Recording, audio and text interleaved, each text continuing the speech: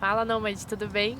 Para quem não me conhece, eu me chamo Gabiria Morena. Se você chegou agora no canal, aqui eu compartilho um pouco das experiências que eu vivencio nesses 6 anos vivendo um estilo de vida como nômade, viajando e trabalhando remotamente. Se você chegou agora por aqui, já deixa seu like, se inscreve, que toda semana eu tô compartilhando vivências e reflexões desse estilo de vida.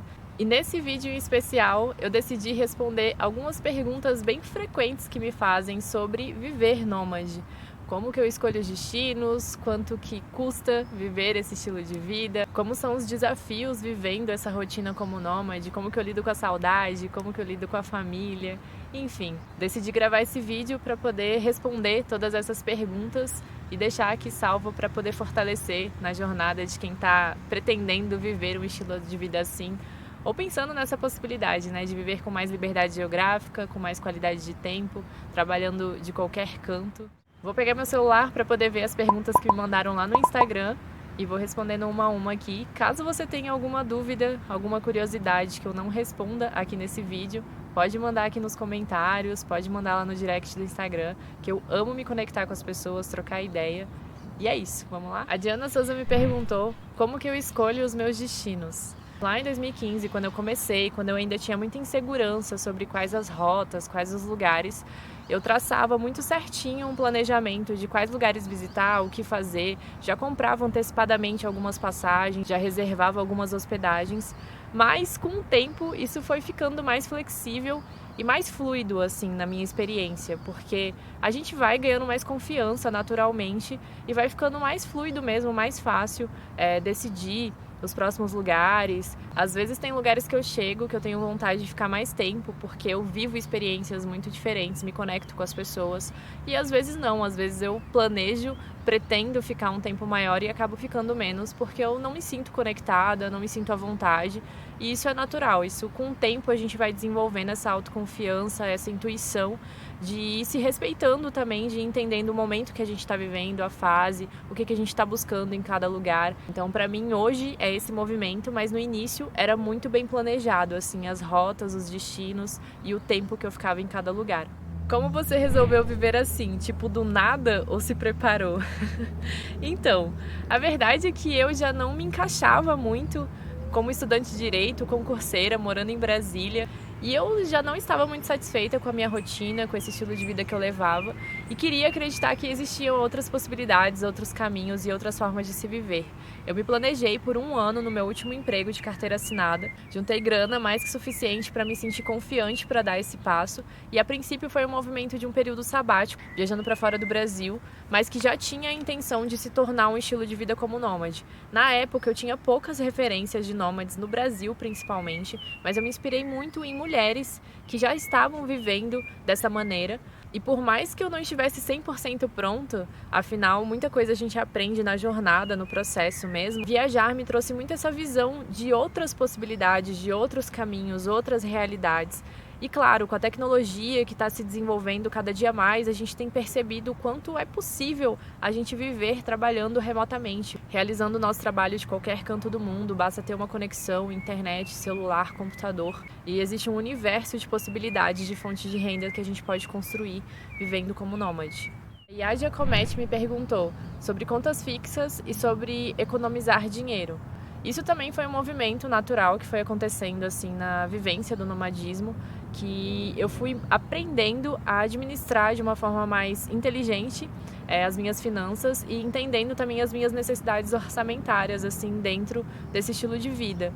Passei uns perrengues, passei uns apertos para aprender na prática como me virar. Então hoje é muito mais tranquilo, é muito mais leve, porque eu entendo a minha necessidade financeira de custos fixos, de custos variáveis ao longo do mês. E tem muita flexibilidade também, porque vai muito do lugar que eu tô visitando, do lugar que eu tô morando, das experiências que eu me proponho a viver em cada lugar.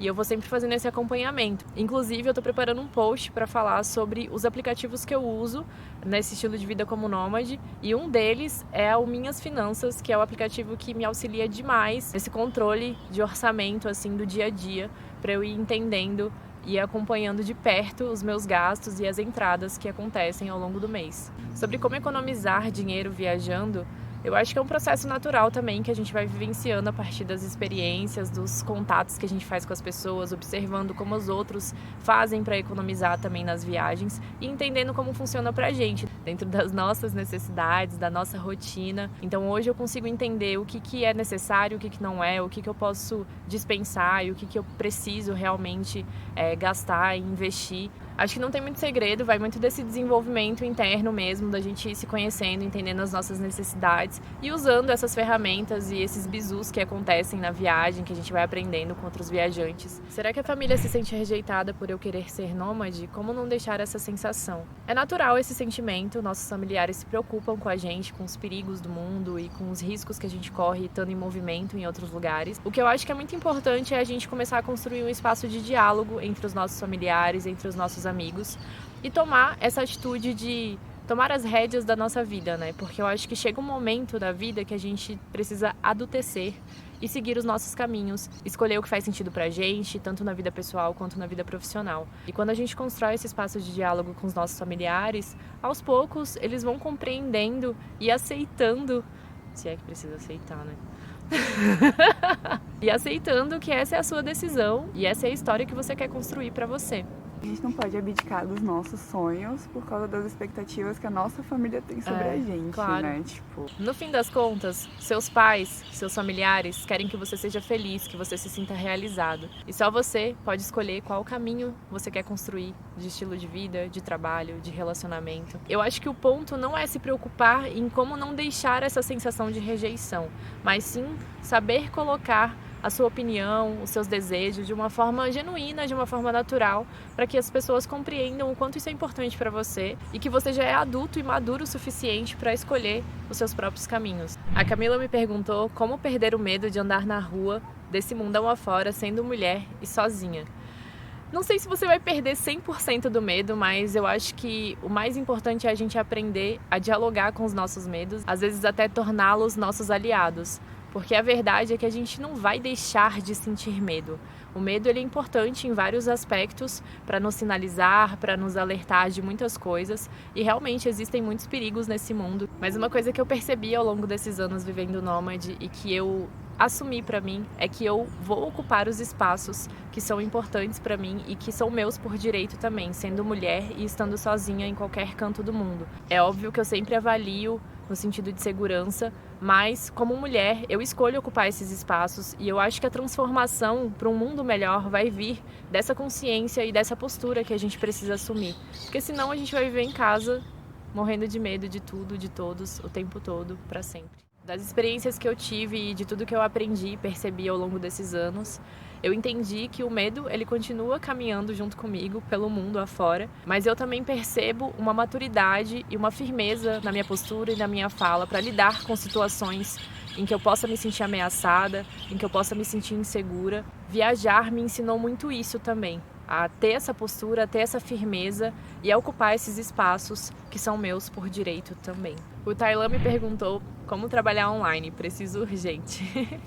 Hoje em dia existem muitas formas de fazer grana remotamente. Dentro do mundo digital, eu considero que existem 4 macro caminhos que você pode seguir para construir fonte de renda remotamente: criação de conteúdo, infoprodutos, afiliação e prestação de serviço. Dentro de cada um deles existem várias formas de você construir fonte de renda online, alguns de curto prazo, outros de médio ou longo prazo. Mas uma etapa anterior que eu considero tão importante quanto como construir fonte de renda online é você entender com o que você gostaria de trabalhar e por quê. Na minha opinião, de nada adianta você simplesmente construir uma fonte de renda sem um significado, sem que te traga certo prazer na sua rotina. E é claro que é muito importante quando a gente vive um estilo de vida como nômade, a gente saber como que a gente vai sustentar o rolê. Mas tão importante quanto a gente construir essa liberdade geográfica de trabalhar de qualquer lugar, de ganhar dinheiro de qualquer lugar, é a gente também olhar para a qualidade de tempo que a gente quer construir vivendo um estilo de vida assim.